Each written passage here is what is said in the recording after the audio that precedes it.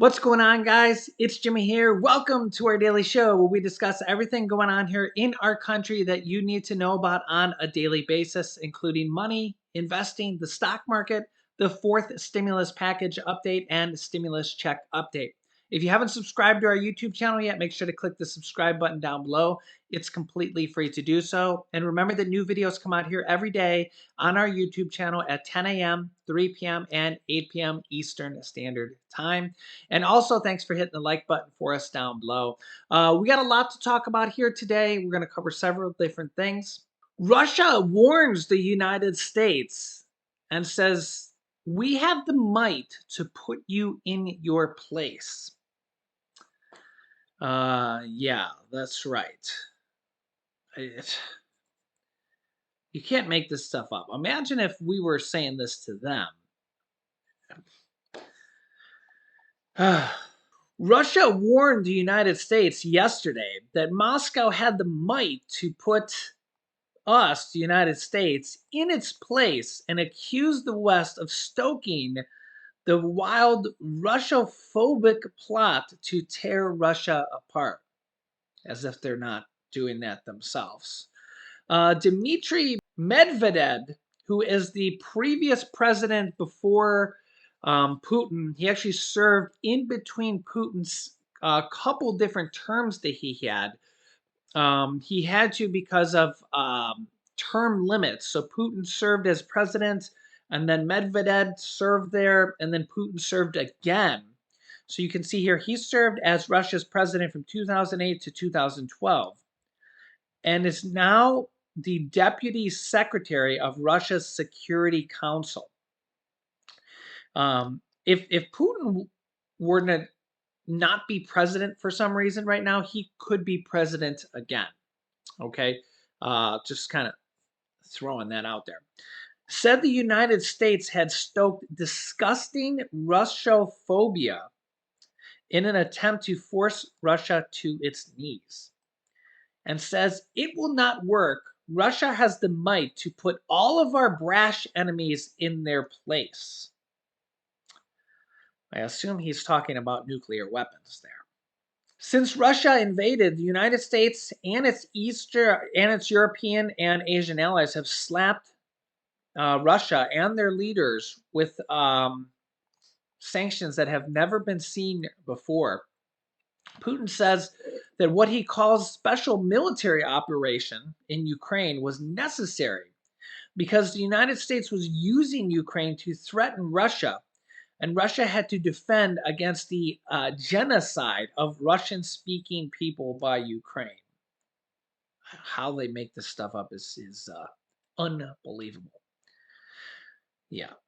Ukraine says it's fighting for its existence and that Putin's claim of genocide are nonsense. Here's President Biden. Check this out. Now you have Ireland and Great Britain and the Republic standing together against a murderous dictator, a pure thug who is waging an immoral war against the people of Ukraine. And by the way, the Republic is paying a big price for this, a big number for supporting the strategy, for supporting the sanctions, including aircraft, a whole range of things. It's not a minor contribution they're making to this effort. It's significant. Ireland and the United States are working together for the first time now. They're on the United Nations Security Council. Ireland's a part of the Security Council now, and the European Union. And Putin is paying a big price for his aggression.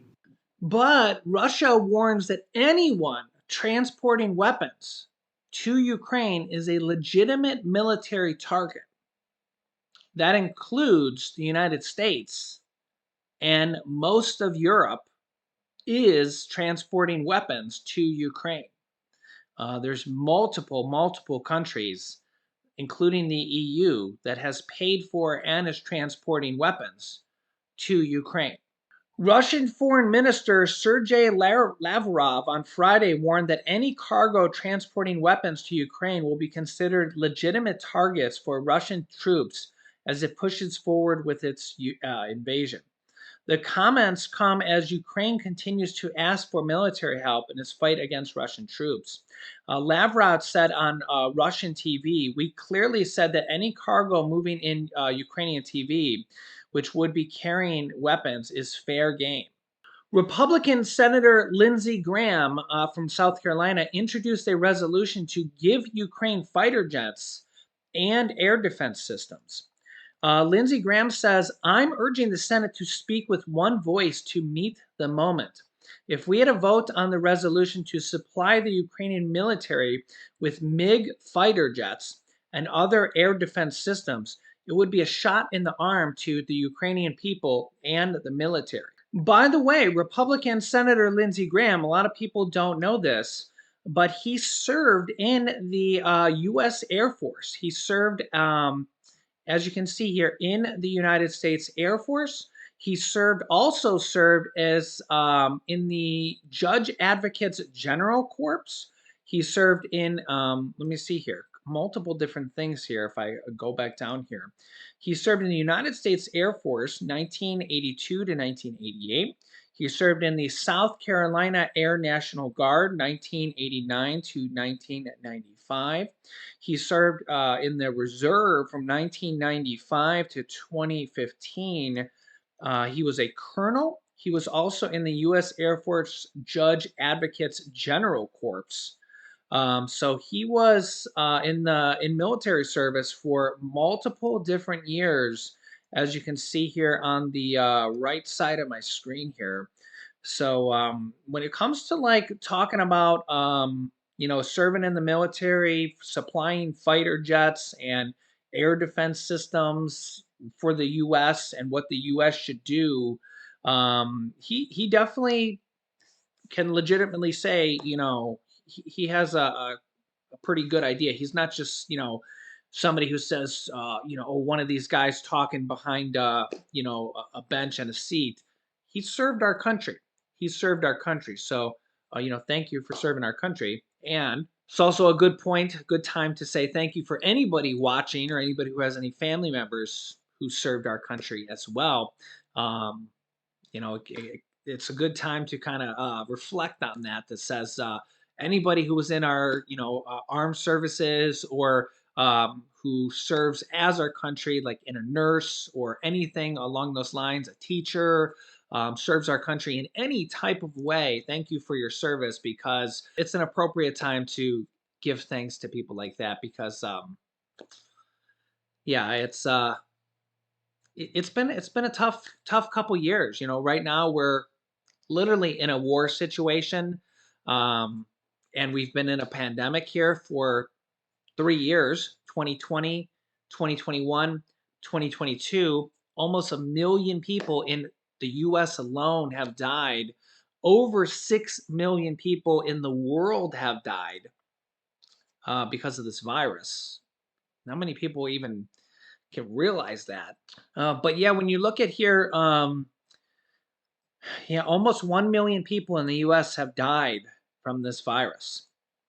969,000. So it's no joke. It's no joke. About 80 million people have tested positive. That's just people that went to official testing sites, not even people that tested positive with your at-home test kits, um, or didn't even go to a you know testing facility or anything like that.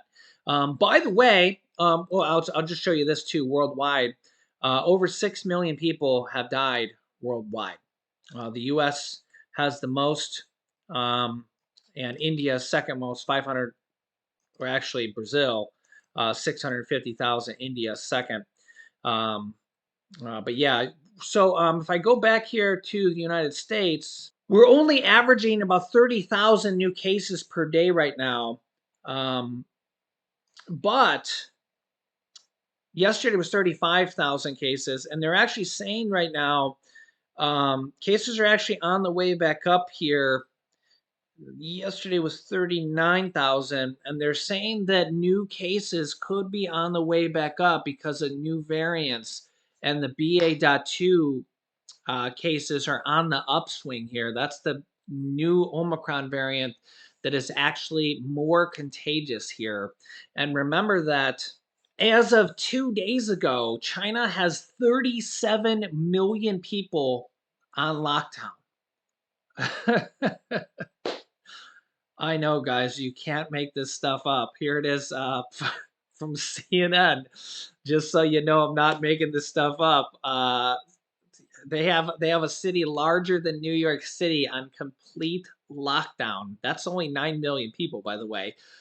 They have multiple cities on lockdown. 37 million people that are not allowed to leave their home at all. Not allowed to leave their home at all. And in fact, uh, I'm sorry, they're not allowed to leave their home at all, except for one person every 2 days is allowed to go out and get food and groceries and then have to report back to their home immediately. So just imagine.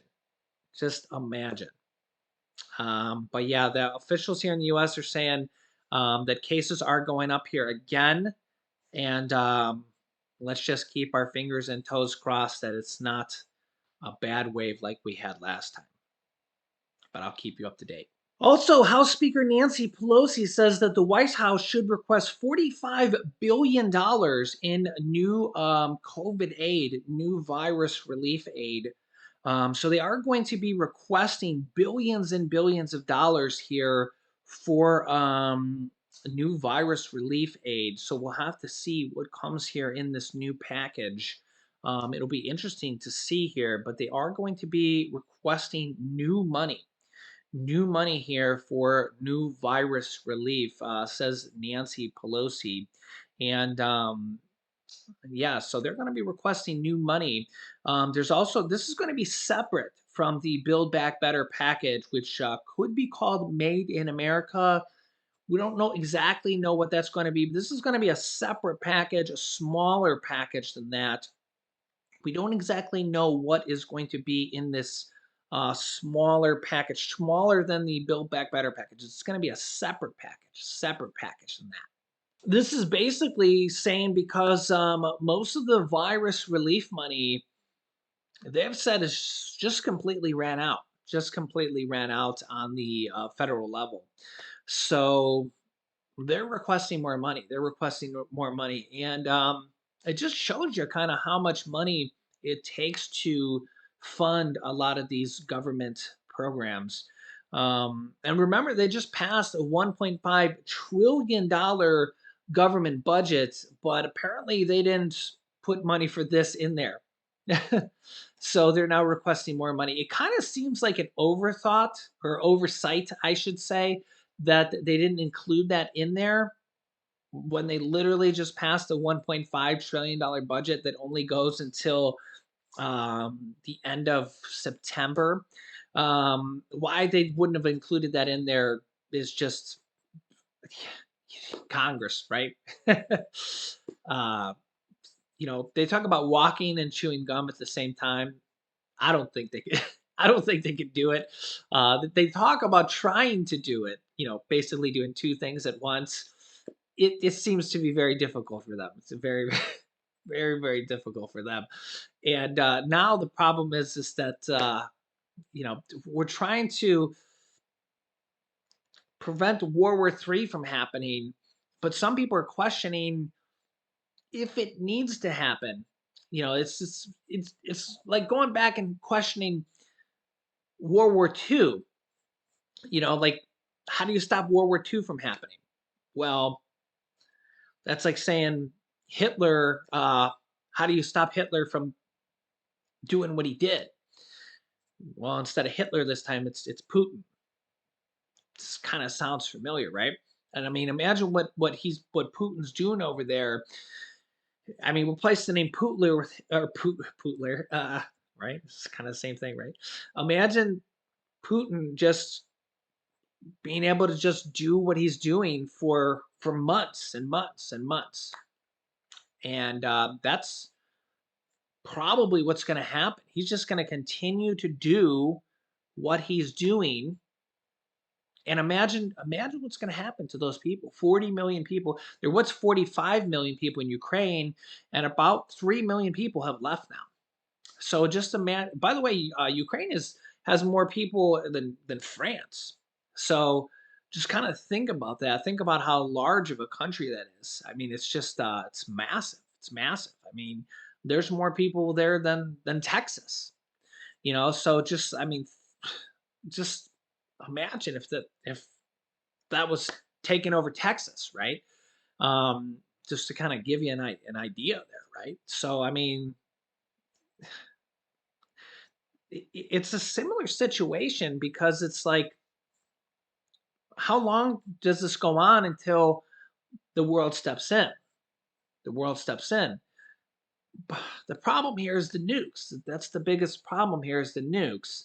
Um, but you see how much problem he's having with just Ukraine alone, and then you got to kind of think there's 30 other countries in NATO. How much of a problem is he going to have with 30 other countries? The biggest problem is that the nukes. That's the problem. It's just the nukes.